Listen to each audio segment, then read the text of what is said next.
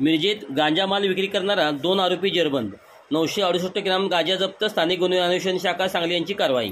Sangli police दलाने अंमली पदार्थ विरोधात जोरदार कारवाई सुरू ठेवली असून मिरजेत पुन्हा एकदा गांजा जप्त केला आहे.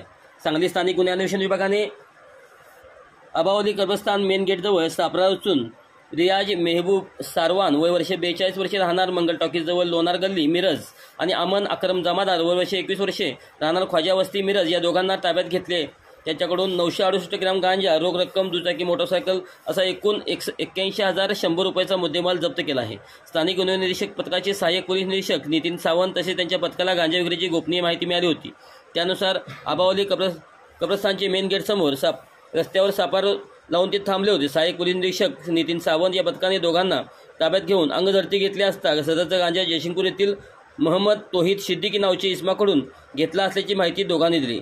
अंमली पदार्थ विरोधात दोघांच्यावर गुन्हा दाखल झाला असून दोघांना अटक करण्यात आली आहे. सदर कारवाई स्थानिक गुन्हे अन्वेषण पथकाचे पोलीस निरीक्षक सतीश शिंदे, सहाय्यक पोलीस निरीक्षक नितीन सावंत, जयदीप कळेकर, अमोल ऐदाळे, संकेत मगदूम, आमासिद्द खोत, इम्रान मुल्ला, अतुल माने, बाबासाहेब माने यांच्यासह पथकाने केले आहे.